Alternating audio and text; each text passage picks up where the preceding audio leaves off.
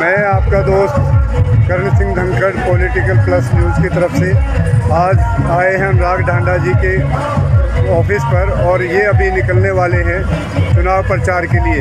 तो आज पूरा दिन इनके साथ रहेंगे, देखते हैं इनका चुनाव प्रचार कैसा चल रहा है, क्या इनके जो है ना विचार हैं, क्या जनता में ये अपनी किस तरह बातें रखते हैं। तो ये सब जानने के लिए आज जुड़े रहिए पूरा दिन आज अनुराग ढांडा जी के साथ।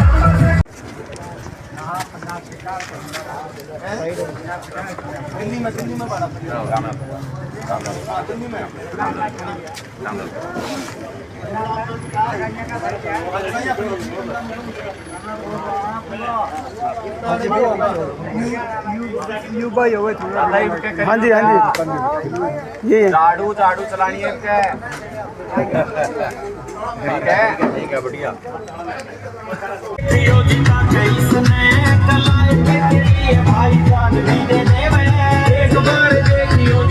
अब 16 गाँव में पहुँचे अनुराग ढांडा का फैसला। जनसभा नहीं, ये कोई मीटिंग है, यहाँ किसी से मिलने के लिए रुके हैं शायद अनुराग ढांडा जी।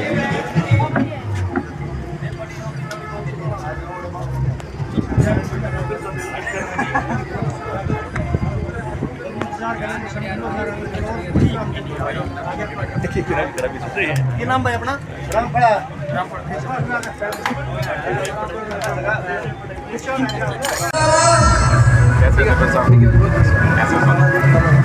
आपके बीच में आपके प्रिय नेता अनुराग ढांडा जी, आम आदमी पार्टी के प्रत्याशी, सच्चाई के प्रतीक, ईमानदार और 16 गाँव में पहुँचे अनुराग और ढांडा जी। आपके हरमन प्यारे नेता अनुराग ढांडा जी आपके बीच में पहुंच एक कार्यकर्ता मीटिंग है और जोरदार से स्वागत अनुराग ढांडा जी का। सभी साथी अपना शांति से बैठें।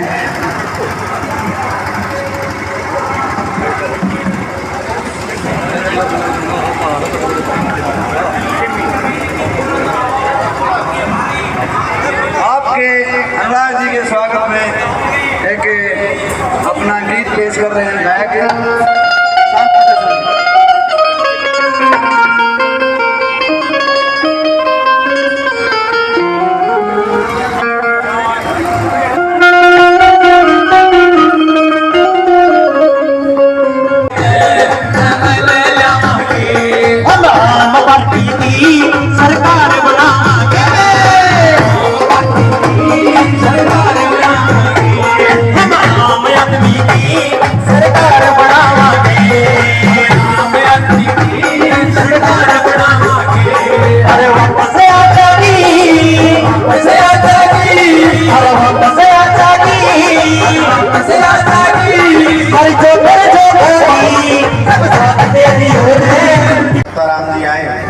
और भाई साहब को माला पहनाकर स्वागत करें जोरदार तालियों के साथ।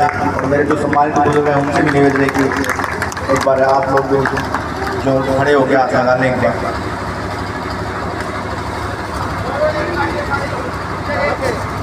देखिए चुनाव जो होता है ना उसमें ये सबका मिला जुला होता है, किसी के पास तन होता है वो जोरदार तालियों के साथ। कोई मन से चलने में सक्षम नहीं, हमारे बुजुर्ग वो मन से मदद करते हैं कि वो जीत जाओ, कैंडिडेट हमारा बेटा आगे बढ़े।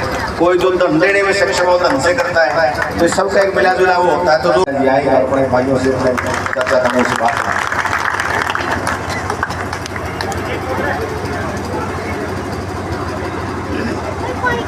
बहुत बहुत आभार, बहुत बहुत धन्यवाद आप सभी का। आप अपना कीमती समय निकाल के आज यहाँ पर मेरी बातों को सुनने के लिए आए, आम आदमी पार्टी की विचारधारा को सुनने के लिए आए। इसके लिए मैं आप सबका बहुत बहुत आभारी हूँ। हाथ जोड़ के गांव की पूरी सरदारी को नमन करता हूँ। मेरे बुजुर्ग यहाँ पर बैठे हैं, हमारे युवा साथी यहाँ पर मौजूद हैं और पीछे माताएं बहनें भी मेरी आवाज़ सुन रही हैं। चुनाव प्रचार शुरू हो चुका है, सारे उम्मीदवार आपके बीच में आएंगे। हर चुनाव में आते हैं, लेकिन इस बार चुनाव ये मत समझना कि मैं अपने चुनाव के लिए वोट मांगने आया हूँ। ये मेरा चुनाव नहीं है, ये आप लोगों का चुनाव है। आपको तय करना है कि किसको चुन के विधानसभा भेजोगे। मैं पिछली बार से शुरू करता हूँ। पिछली बार आपने जिसको चुन के विधानसभा भेजा उसने विधानसभा में कलायत एक बार भी नाम तक नहीं लिया। 5 साल बीत गए, विधानसभा में कलायत नाम सुनने में ही नहीं आया, तो फिर हमने भेजा क्यों था उनको चुन के वहां पे? 5 साल बीत गए, कलायत के लोग यही कहते रहे कि इस विधायक ने काम नहीं किया, इसने हमारा काम नहीं किया, मान सम्मान नहीं किया, और बीजेपी ने वापस उठा के उसी को टिकट दे दिया। आपके जले पे नमक छिड़कने का काम किया कि हम तो इसी को टिकट देंगे, कर लो तुमसे जो हो सकता होगा। तो अब ये आपको तय करना है कि आप क्या कर सकते हो। लोकतंत्र में जनता से बड़ी ताकत किसी की नहीं होती। जनता जिसको चाहती है अर्श पे, जिसको चाहती है फर्श पे। जनता के हाथ में सब कुछ होता है, लेकिन उसके बावजूद भी अगर जनता के काम नहीं हो, अगर जनता का सम्मान नहीं हो, तो फिर ऐसे प्रतिनिधियों को विधानसभा में भेजने का कोई फायदा नहीं जो 5 साल तक आपकी कलायत विधानसभा का नाम तक वहां पे नहीं ले सकते। तो काम क्या कराएंगे और मुद्दे क्या उठाएंगे? रही बात बाकी सारे विधायकों की, तो कलायत की राजनीति पिछले 30-40 सालों से 3 परिवारों के बीच में घूम रही है। कभी उसका विधायक, कभी उसका विधायक, कभी उसका विधायक। 3 परिवारों के बीच में कलायत की राजनीति घूम रही है। एक तरफ वो 3 परिवार हैं और एक तरफ आप लोगों के घरों से आए हुए आम बच्चे बच्चियां हैं जो राजनीति में शिक्षा के ऊपर, रोजगार के ऊपर काम करना चाहते हैं। जब हम लोग इस चुनावी राजनीति में आना चाहते हैं, मेरी कोई मजबूरी थोड़ी थी राजनीति में आना, इनकी तो मजबूरी है। इनके बाप दादा राजनीति करते थे, इनको राजनीति के अलावा अगर कुछ भी आता हो तो बता दो। अगर इनको खेत में काम करने को बोल दो, खेत में काम नहीं कर सकते। अगर इनको किसी कंपनी फैक्ट्री में काम करने को बोल दो, कंपनी फैक्ट्री में काम नहीं कर सकते। अगर स्कूल में पढ़ाने को बोल दो, पढ़ा नहीं सकते। कोई भी समाज में ऐसा काम नहीं है, कोई ऐसा बिजनेस नहीं, कोई ऐसा धंधा नहीं है जो ये लोग कर सकते हो। इनको कुछ नहीं आता इसलिए राजनीति करते हैं, और हमको सब कुछ आता है। इंजीनियर हूं पढ़ाई से, नौकरी की इंजीनियरिंग की, 15-20 साल पत्रकारिता की देश के सबसे बड़े चैनलों में, और उसके बाद सब कुछ छोड़ के राजनीति में आया क्योंकि अपने युवा साथियों का दुख दर्द मुझसे देखा नहीं जाता, अपने बुजुर्गों का दुख दर्द देखा नहीं जाता, और इन बच्चों को जिनको हम सरकारी स्कूल में पढ़ने के लिए तो भेज देते हैं, लेकिन आपको भी पता है और मुझे भी पता है सरकारी स्कूल की हालत क्या है। ना वहां पे टीचर है, ना बैठने के लिए बेंच है, ना वहां पे पंखे लगे कमरों में, ना वहां खेलने के ग्राउंड है। वहां हम अपने बच्चों को आबाद होने के लिए नहीं बल्कि बर्बाद होने के लिए भेज रहे हैं। तो ये चुनाव हमारे बीच में नहीं है, ये चुनाव उम्मीदवारों के बीच में नहीं है, ये चुनाव आपके बच्चों के अच्छे भविष्य और उनकी बर्बादी के बीच में है। आपकी मर्जी जैसे मर्जी चुनो। क्या कसूर था हमारी बहन का?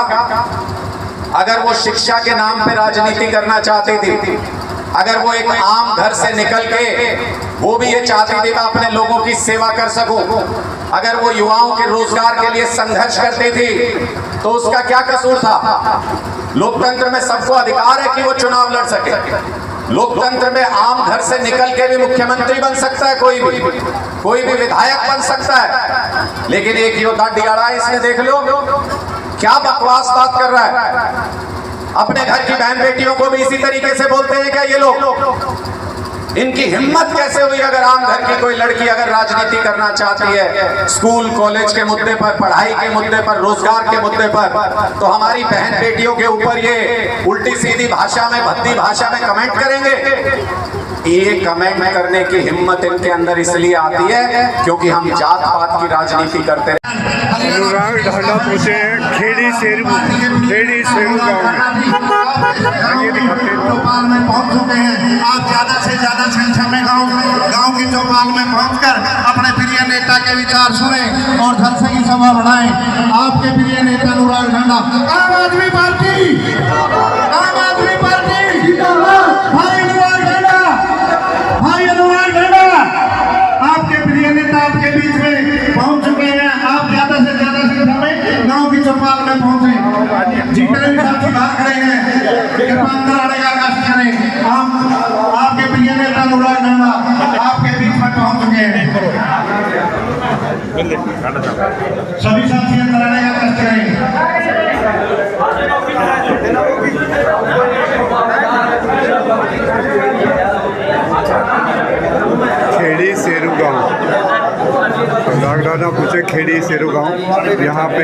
एक जनसभा है, नुक्कड़ सभा टाइप।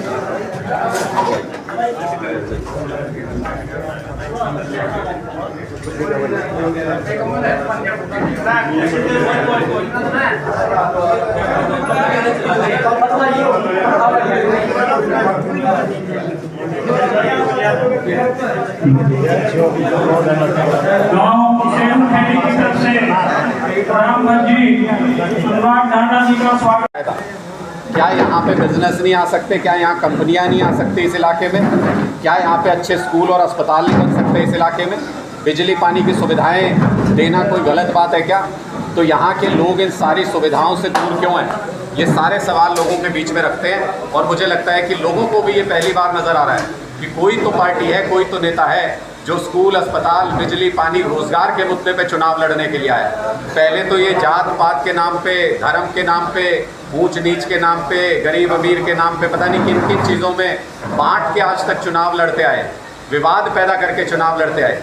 लेकिन मैंने इस बार खुद से ये वादा किया था कि कलायत के चुनाव को बिजली, पानी, स्कूल, अस्पताल और रोजगार के मुद्दे से दूर जाने नहीं देंगे किसी भी हालत में।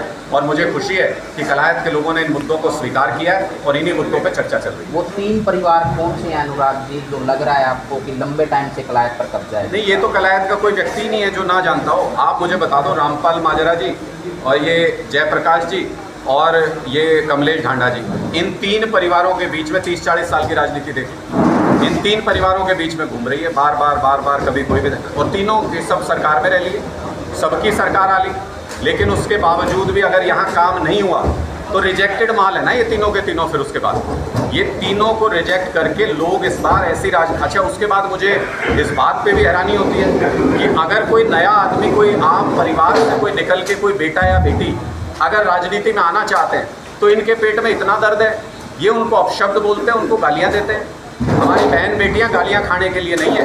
इसलिए मैं इनको ये कहना चाहता हूँ कि इस बार लोग पक्का हिसाब किताब आपका कर देंगे। इस बार आपको ये अहंकार भी तोड़ेंगे आपका कि आप किसी से भी किसी बदजुबानी में बात कर सकते हो। ये अहंकार इस बार इनका टूटेगा। इस बार काम की राजनीति हो। आपने अपने भाषण में कहा कि एक दाढ़ी वाला बाबा है जो गलत तरीके से बयानबाजी कर रहा है, वो किसकी तरफ इशारा कर रही है? बाबा तो शब्द अच्छा होता है, सम्मान में लिया जाता है। ऐसा व्यक्ति जो हमारी बहन बेटियों के साथ बदतमीज़ी से बात करे, बदजुबानी से बात करे, उसको दाढ़ी वाला तो कह सकता हूँ, बाबा नहीं कहना, क्योंकि बाबा तो सम्मानजनक शब्द है। इसलिए ये दाढ़ी वाला जो उल्टी सीधी ज़ुबान बोल रहा है, इस बार इसकी ज़ुबान को बंद कर देंगे लोग। इस बार समझा देंगे पूरी तरह से कि भाई ये हमारी बहन बेटियों के खिलाफ अगर गलत शब्दों का प्रयोग करोगे तो डब्बा खाली जाएगा इस बार चुनाव में। और आपको ये पता चल जाएगा कि कुछ भी बोल के वोट हासिल करना, अगर आपको ये लगता हो सकता है, मुमकिन है, तो ये आपकी गलतफहमी है। वो गलतफहमी इस बार निकालेंगे। महिलाओं को लेकर जो बयान आया है इस साल से सांसद जयप्रकाश का, पंचायतें शुरू हो गई हैं और शायद आज भी कई जगह पंचायतें हुई गई गाँव में, कोई निवेदन हो आपका उन पंचायतों को? नहीं, देखिए वो सामाजिक मुद्दा है पूरी तरह से, और समाज के लोग कैसे स्वीकार करेंगे? बहन बेटियाँ तो साजली होती हैं, कोई किसी एक गोत्र की या किसी एक समाज की बेटी नहीं है। बहन बेटियां साजली होती हैं। अब मेरे से तो दूसरी पार्टी में ऑपोजिशन में हैं, लेकिन उसके बावजूद भी जब ये बात सामने आई तो हमने इस बात को बहुत पुरजोर तरीके से उठाया। हमने तो जब जूनियर कोच महिला का मुद्दा हुआ था तो मैं ही था सबसे पहले जो सड़क पे लाठियां खाने के लिए हम लोग उतरे थे।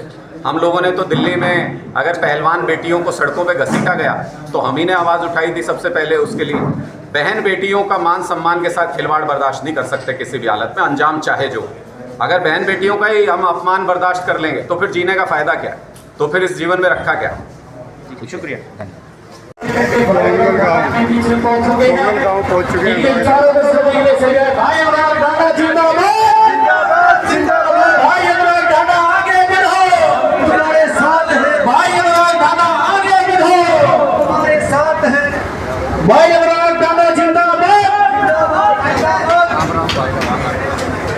भारत माता की, आम आदमी पार्टी, बटन कहाँ दबाओगे? झाड़ू के निशान बटन कहाँ दबाओगे? आम आदमी पार्टी। हमारा नेता कैसा हो? हमारा नेता कैसा हो? हमारा नेता कैसा हो? पीछे माता बहन बैठी है, जब तक आप आशीर्वाद नहीं दोगे तब तक बात नहीं बढ़ेगी। हमारा नेता कैसा हो? बहुत बहुत धन्यवाद सभी जो साथी पर खड़े। अपना स्थान ले लें। प्रोग्राम लग रहा है। हमारे साथी भाई जगमग अभी 2 मिनट बाद अनुराग ढांडा जी का काफिला यहाँ पहुँचने वाला है। ये ऑफिस की ओपनिंग है, नया ऑफिस राजौंद में।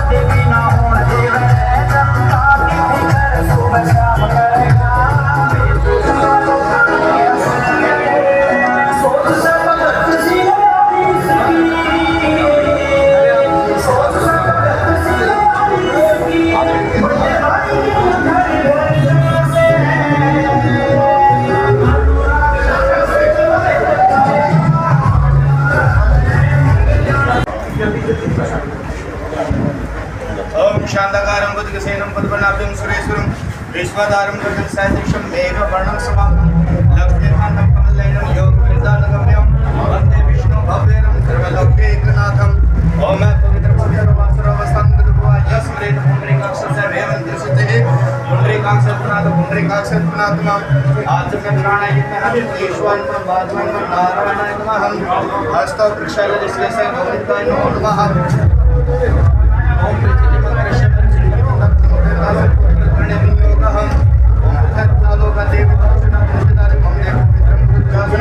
आधार सिद्धि कमला सनाय नमः ओम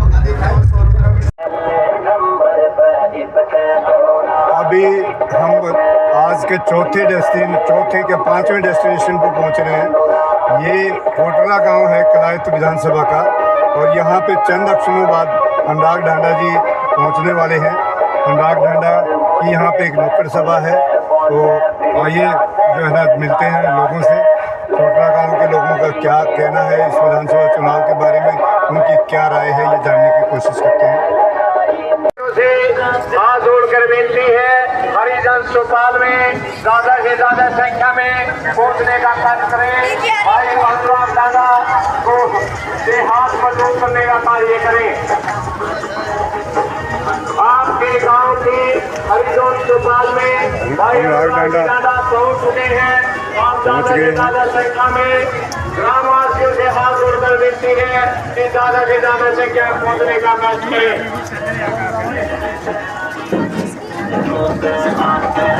आपके गांव में रामदासिया मंदिर में आपके भाई, आपके बेटे भाई अनुराग ढांडा ने आपके बीच में पहुंच चुके हैं।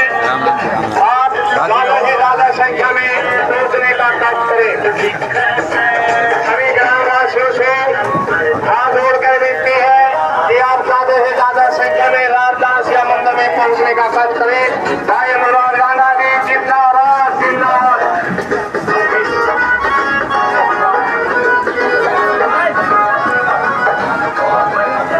सभी ग्रामवासियों से हाथ जोड़कर ये कुराड़ गांव का रविदास मंदिर है। यहाँ पे नुक्कड़ सभा हो रही है अनुराग ढांडा की।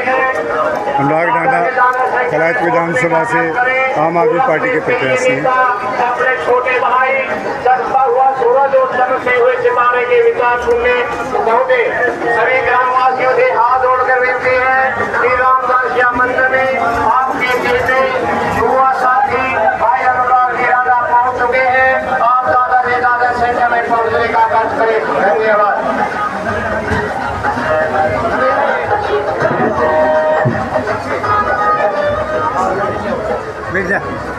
बैठ जाओ।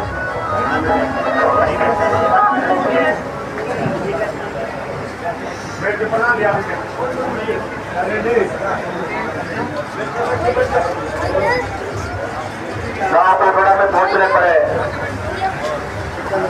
आई पवन ने शब्दों के माध्यम से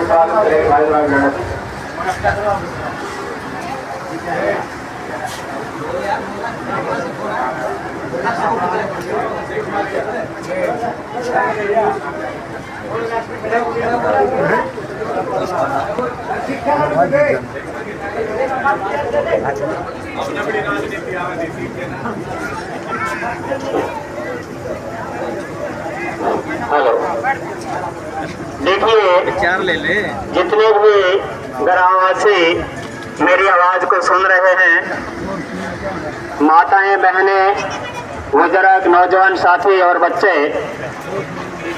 आप सभी से हाथ जोड़ के निवेदन है पहले कि आप सभी चौपाल में पहुंच जाएं, क्योंकि हमारे दिलों की धड़कन, हमारे चहेते नेता श्री अनुराग डांडा जी कलायत हल्का से जो विधायक हैं वो हमारे बीच में पहुंच चुके हैं। और मैं गांव की तरफ से सभी जो श्रीमान जी के साथ में पहुंचे हैं, इन सब का तहे दिल से हमारे गांव में पहुंचने पर अभिनंदन करता हूं, स्वागत करता हूं कि जितना बहुमूल्य समय निकाल करके चंद मिनट के लिए हमारे बीच में पहुंचे हैं और अपने विचार रखेंगे। जैसा भी सरकार के प्रति इनकी नीतियां हैं, आप सभी के सामने वो बखान करें। आम आदमी पार्टी जिंदाबाद, केजरीवाल जिंदाबाद। बहुत बहुत आभार, बहुत बहुत धन्यवाद आप सभी का। गांव में पहुंचने पर इतना मान सम्मान, इतना प्यार आपने दिया, इसके लिए हमेशा आपका ऋणी रहूंगा। हाथ जोड़ के आप सबको नमन करता हूं। ये चुनाव अपने बच्चों के लिए, ये चुनाव इन नन्हे मुन्नों के भविष्य के लिए। ये मेरा चुनाव नहीं है, ये आप लोगों का चुनाव है। अगर किसी को लगता हो कि ये तो चुनाव लड़ेगा, ये तो अपने लिए वोट मांगने आ रहा है, मैं अपने लिए वोट मांगने नहीं आ रहा। मेरा काम ठीक चल रहा था, मैं लाखों रुपए की नौकरी करता था और परिवार का पालन पोषण ठीक चल रहा था। मैं वो नौकरी छोड़ के, काम धंधे छोड़ के राजनीति में इसलिए आया हूँ ताकि आपके बच्चे नौकरी कर सकें, आपके बच्चों की पढ़ाई हो सके, आपके बच्चों का भविष्य बन सके। इसलिए ये मेरा चुनाव नहीं है, ये चुनाव आप लोगों का है। और चुनाव आपको इसके बीच में करना है। समझ लो, 2 बटन है मशीन पे, एक बटन से आपके बच्चे का भविष्य लिखा जाएगा और दूसरे बटन से आपके बच्चों का भविष्य बर्बाद होगा। इन दोनों के बीच में से किसी एक बटन को आपको चुनना है। ये आपको देखना है कि अपने बच्चों का भविष्य बनाने के लिए झाड़ू के बटन को दबाएंगे या अपने बच्चों के भविष्य को बर्बाद करने के लिए, जैसे पिछले 3-4 दशक से चला आ रहा है। 30 साल हो गए कलायत को, 3 परिवारों के बीच में घूम रहा है, चक्री बनी हुई अपनी 3 परिवारों के बीच में। कभी इस परिवार का विधायक बना देते हैं, कभी इस परिवार का विधायक बना देते हैं, कभी इस परिवार का विधायक बना देते हैं। ये तो बार बार बदलते रहते हैं, सरकारें बार बार बदलती रहती हैं, अपना कुछ नहीं बदला। अपने बच्चे आज भी खराब से सरकारी स्कूलों में पढ़ते हैं जहाँ पे टीचर नहीं है। अपने यहाँ बिजली आज भी 24 घंटे नहीं आती और बिल इतने लंबे लंबे दे देंगे निकाल के जो भरे नहीं जाते। अगर इलाज कराने जाना पड़े, आप अपने दिल पे हाथ रख के बताना, कलायत में कोई भी इलाज का बंदोबस्त है क्या? अगर भगवान ना करे कोई भारी बीमारी आ जाए तो यहाँ के अस्पताल में जाते हो तो कागज पे लिख देते हैं कि पीजीआई चंडीगढ़, पीजीआई रोहतक। क्यों भाई? इस इलाके में इंसान नहीं रहते क्या? यहाँ पे अस्पताल नहीं होने चाहिए क्या? पंजाब में हमने एक गांव के अंदर अस्पताल बना दिए और इनसे पूरे कलायत हल्के में, पूरे कैथल डिस्ट्रिक्ट में कोई ढंग का अस्पताल नहीं बना आज तक। एक ढंग का अस्पताल नहीं जिसमें मशीनें दो, जिसमें टेस्ट भी होते हो, जहाँ दवाइयां भी मिलती हो। दिल्ली के अंदर केजरीवाल जी ने ऐसा सिस्टम बना दिया कि 10 रुपए की दवाई हो, 10 लाख का ऑपरेशन हो या 1 करोड़ रुपए का इलाज हो, आम आदमी का कोई पैसा नहीं लगता, सारा इलाज मुफ्त में होता है दिल्ली के अंदर। बहुत बहुत धन्यवाद आप सभी का। आप अपना कीमती वक्त निकाल के यहाँ आम आदमी पार्टी की विचारधारा को, मुझे अनुराग ढांडा को सुनने के लिए आए, इसके लिए आपका कर्जदार हूँ, आपका आभारी हूँ। हाथ जोड़ के आपका अभिनंदन करता हूँ। लोकसभा चुनाव में आया था, ठीक कहा मनोज भाई ने। इससे पहले लोकसभा चुनाव में आए थे, तब भी चर्चा हुई थी, तब आपसे सहयोग मांगा था और आप लोगों ने दिल भर के खूब सहयोग किया, खूब मदद की आम आदमी पार्टी की। उसके लिए भी सर झुका के हाथ जोड़ के आपका धन्यवाद करता हूँ। इस बार जो ये चुनाव होने जा रहा है, ये विधानसभा का चुनाव है, लेकिन ये हरियाणा के भविष्य का चुनाव भी है। इस चुनाव में आपको ये तय करना है कि हरियाणा की सियासत कलायत से और इस इलाके से चल सकती है कि नहीं चल सकती।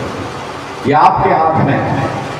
आपने आज तक बहुत सरकारें बनाई हैं, कभी सिरसा की बनाई, कभी रोहतक की बनाई, बहुत सारी सरकारें आपने बनाई, लेकिन कभी अपनी सरकार नहीं बनाई, कभी भी इस इलाके का भला करने वाली सरकार नहीं बनाई। और उसका नुकसान समझो कि क्या होता है। उसका नुकसान क्या होता है? उसका नुकसान ये होता है कि आपके इस पूरे इलाके में एक भी ऐसा अस्पताल नहीं है जहां आप अपना इलाज कराने चले जाओ और आपके पर्चे के ऊपर पीजीआई चंडीगढ़ या पीजीआई रोहतक ना लिखा जाए। एक भी ऐसा अस्पताल नहीं। क्यों भाई? हम इंसान नहीं है? यहाँ अस्पताल नहीं हो सकता? यहाँ पे हमारा इलाज नहीं हो सकता? दूसरे इलाकों में बड़े बड़े अस्पताल बन गए, अपने यहाँ पे कोई अस्पताल नहीं जहाँ पे टेस्ट हो जाए, जहाँ दवाइयाँ मिल जाए, जहाँ इलाज हो जाए। इसी से समझ के देखो कि इनकी नज़र में अपनी क्या कीमत है, आप लोगों की हमारी क्या कीमत है। दूसरी तरफ से देख लो, अभी मनोज भाई ने कहा कि 20 साल का भी ताश खेल है, बुजुर्ग भी ताश खेल है। बुजुर्ग तो ठीक है भाई, रिटायर हो रहा है, बालक बड़े हो गए, उसकी जिम्मेदारी निपट गई, वो तो खेल है, तो बात समझ में भी आ गई। लेकिन अगर 20 साल का बच्चा बैठ के ताश खेल रहा है तो आपको यह अंदाज़ा हो जाना चाहिए कि आपकी नस्लें बर्बाद हो रही हैं, आने वाली पीढ़ियां बर्बाद हो रही हैं। बैठ के तमाशा मत देखो, इसको बदलने के लिए लड़ना पड़ेगा। और मैं ऐसा इसलिए कह रहा हूं, आप बता दो इस पूरे इलाके में एक किसी कंपनी का नाम बता दो जो लगी हो, यहाँ एक फैक्ट्री का नाम बता दो जो इस पूरे इलाके में कहीं लगी हो, जहां हमारे बच्चे नौकरी कर सके। क्यों भाई? हमारे जवान बच्चों को नौकरी नहीं चाहिए? हमारे जवान बच्चों को रोजगार नहीं चाहिए? तो यहां क्यों नहीं लग सकती फैक्ट्री? यहां बड़ी बड़ी कंपनियां क्यों नहीं आ सकती जहां हमारे बच्चे नौकरी कर सके? हमारे बच्चों को नौकरी करनी है तो क्या ऐसे ही जमीन बेच के विदेश में ही मजदूरी करने जाना पड़ेगा? क्या हमारे पास यही एक इलाज बच गया? और इसका कारण समझो कि ऐसा क्यों हुआ। सारी गलती इन नेताओं की नहीं है जो आपसे वोट लेके चले गए। साझीदार हैं हम लोग। आधी गलती आपकी, आधी उनकी है। आधी गलती आपकी क्या है? कलायत 30 साल हो गए 3 परिवारों से बाहर ही नहीं आए। 30 साल से 3 परिवारों के बीच में घूम रहे हो आप। चक्री बना रखी है आपकी, कभी इस परिवार को, कभी इस परिवार को, कभी इस परिवार को। जब तक आप पिछले 2 भूल जाओ फिर इस परिवार को, फिर यह 2 भूल जाओ फिर इस परिवार को। चक्री बनी हुई है। 30 साल हो गए 3 परिवारों के बीच में घूम रहे हो।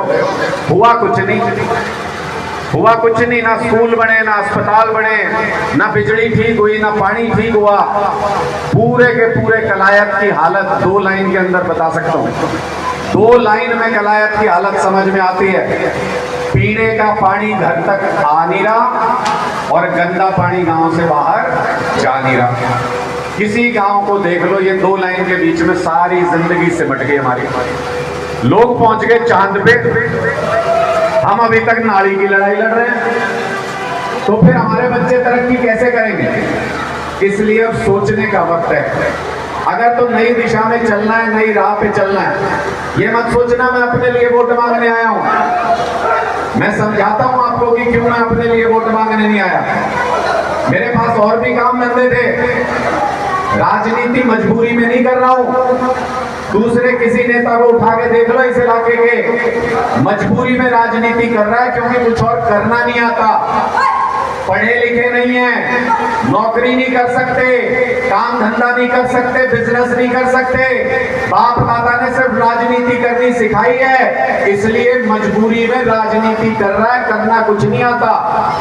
और हम लोग इंजीनियरिंग की पढ़ाई की है, इंजीनियर की नौकरी करी बड़ी कंपनी में, उसके बाद 15 साल देश के सबसे बड़े चैनलों के अंदर पत्रकारिता की, और फिर जब अपने बच्चों का, युवाओं का ख्याल आया, जब किसानों के ऊपर अत्याचार होते देखा, तो सब कुछ छोड़ के आए राजनीति करने के लिए। मजबूरी में राजनीति नहीं कर रहे। राग ढांडा पहुंचे किसाना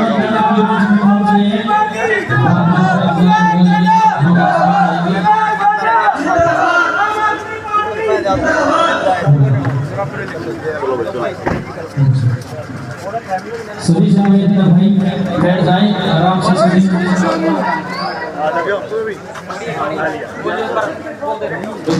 हेलो, जो साथी बाहर खड़े हैं उनसे सबसे निवेदन है, रास्ते में खड़ा कोई भी, सभी साथी अंदर आ जाएं। जोरदार जय गरम के साथ स्वागत करते हैं आपके भाई, आपके बेटे, आम आदमी पार्टी के नेता, आम आदमी पार्टी कलायत के भाई अनुराग ढांडा जी। आम आदमी पार्टी छाड़ा काम का नाम बोल तुम आवाज है। आम आदमी पार्टी अनुराग ढांडा, अनुराग ढांडा।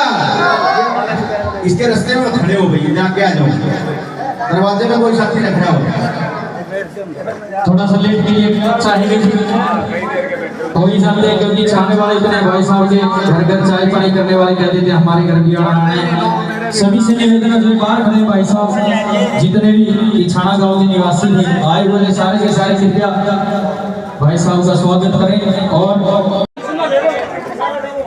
आम आदमी पार्टी के हरियाणा के नेता जो इस इलाके की चौधरी के लिए कि पूरे हरियाणा की चौधरी कलायत से चले उसके लिए जो संघर्ष कर रहे हैं, भाई अनुराग ढांडा जी आए और अपनी बात करें। बहुत बहुत आभार, बहुत बहुत धन्यवाद आप सभी का। सबसे पहले हाथ जोड़ के माफ़ी मांगता हूँ, आप काफ़ी समय से इंतज़ार कर रहे हैं, उसके लिए मैं हाथ जोड़ के माफ़ी मांगता हूँ। लेकिन मैं हमेशा कहता हूँ गांव में जाना तो मेरे हाथ में है, लेकिन वहाँ से निकलेंगे कब वो आप लोगों के हाथ में होता है।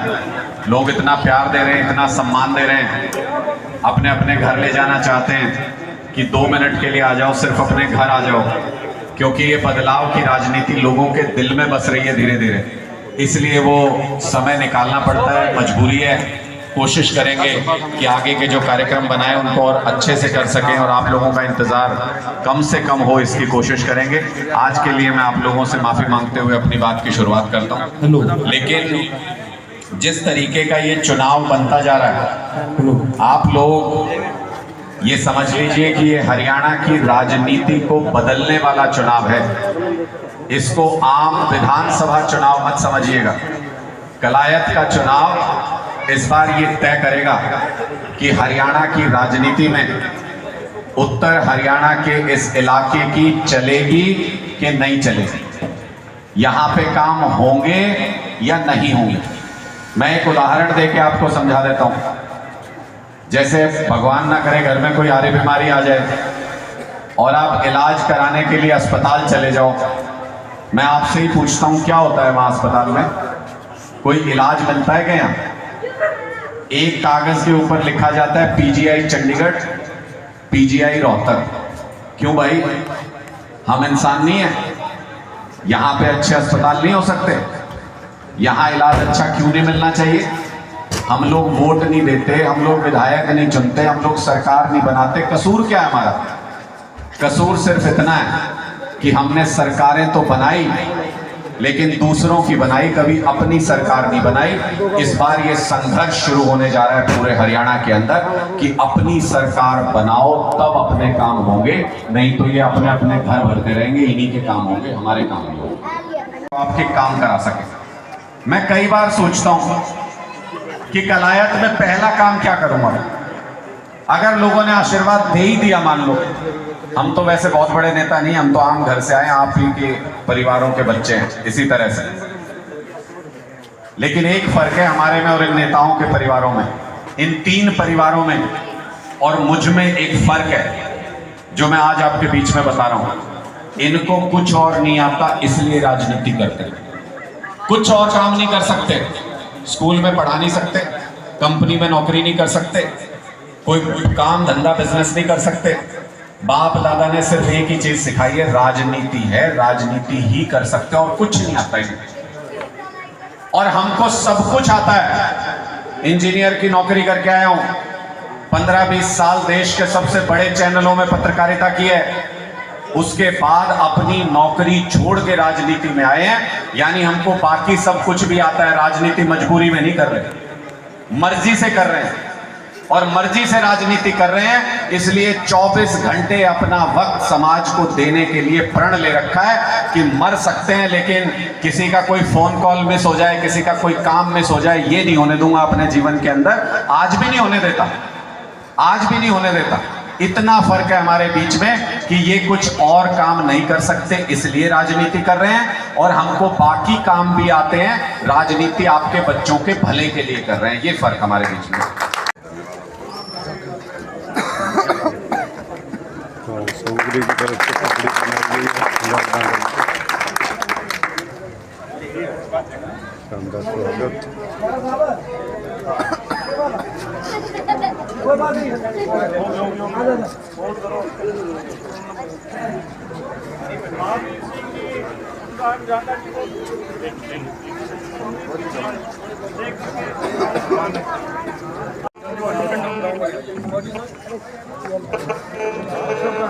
बाबा साहब अम्बेडकर जी की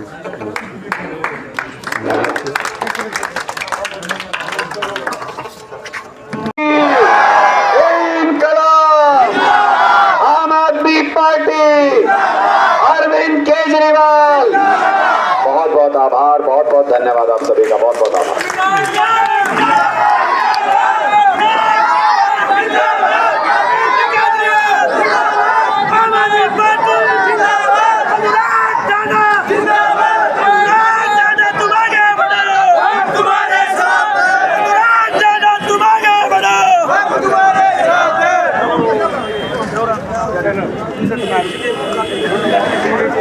रात का समय है, उसके बावजूद भी लोगों का जोश देखते ही बनता है।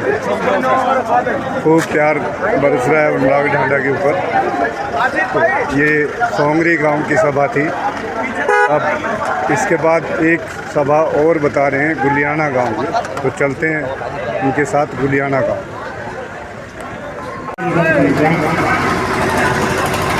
आपके बीच में भाई अनुराग ढांडा जी पहुंच चुके हैं।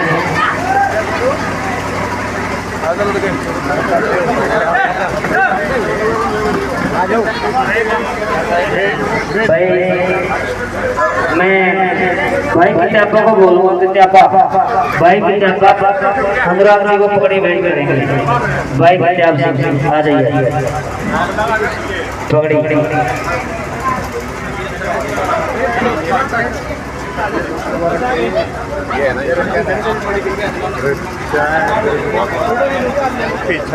भाई की चापा पगड़ी बनाई, जोरदार तालियों से स्वागत किया जाए भाई। और भाई प्रताप सिंह भी पगड़ी पहनाएंगे, इनका भी जोरदार स्वागत किया जाए भाई। अनुराग ढांडा जिंदाबाद। बहुत बहुत धन्यवाद, बहुत बहुत आभार। आप सब लोग मुझे लगा काफ़ी देर से इंतज़ार कर रहे हैं, तो सबसे पहले हाथ जोड़ के आपसे माफ़ी मांगता हूँ कि आपको इंतज़ार कराया, लेकिन मेरा कसूर पूरा नहीं है। गांव में जाना अपने हाथ में होता है, लेकिन वहाँ से निकलेंगे कब वो तो आप तय करते हो। आप लोग इतना प्यार दे रहे हो कलायत के हर गांव में, हर मोहल्ले में, कि आप लोग वहाँ पे रोकना चाहते हो, घर पे चाय पिलाना चाहते हो, उसमें देर हो जाती है। इसके लिए मैं आप सब लोगों से हाथ जोड़ के माफ़ी मांगता हूँ। प्रधान जी ने अभी अपना समर्थन भी जाहिर किया, उनको भी बहुत बहुत आभार। अमन भाई अभी स्वागत कर रहे थे, उनका भी बहुत बहुत आभार। और जितने भी गणमान्य व्यक्ति, जितने भी हमारे युवा साथी यहाँ पे मौजूद हैं, उन सभी को बहुत बहुत धन्यवाद करता हूँ कि आपने यहाँ आने पर जिस तरीके से स्वागत और मान सम्मान दिया, वो मेरे सिर पे कर्जा है और पूरी जिंदगी लगा के उस कर्ज को उतारने का प्रयास करूंगा, ये मैं आपको विश्वास दिलाता हूँ। मैं बस आज यहाँ इतना कहने के लिए आया हूँ, बहुत थोड़े में अपनी बात रखूंगा, बहुत कम शब्दों में अपनी बात रखूंगा क्योंकि देर बहुत हो गई।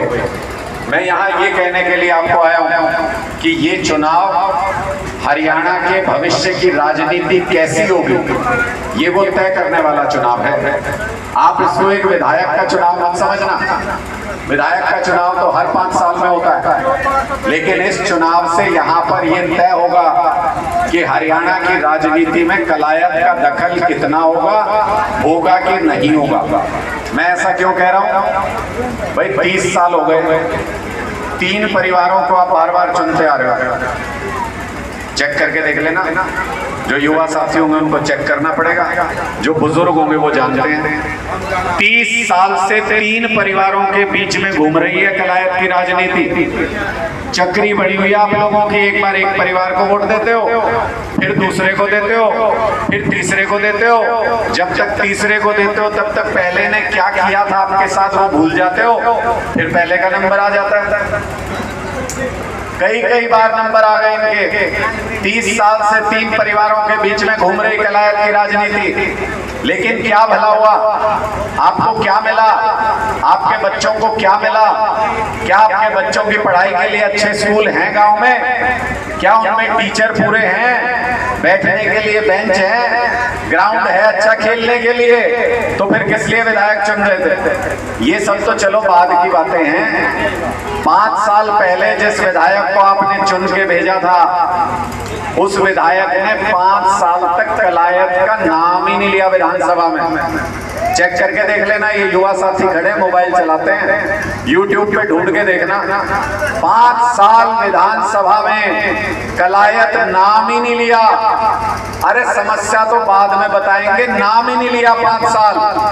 तो जब विधानसभा में कलायत का नाम ही नहीं पहुंचा सकते, तो ऐसे विधायक को चुना क्यों था? हम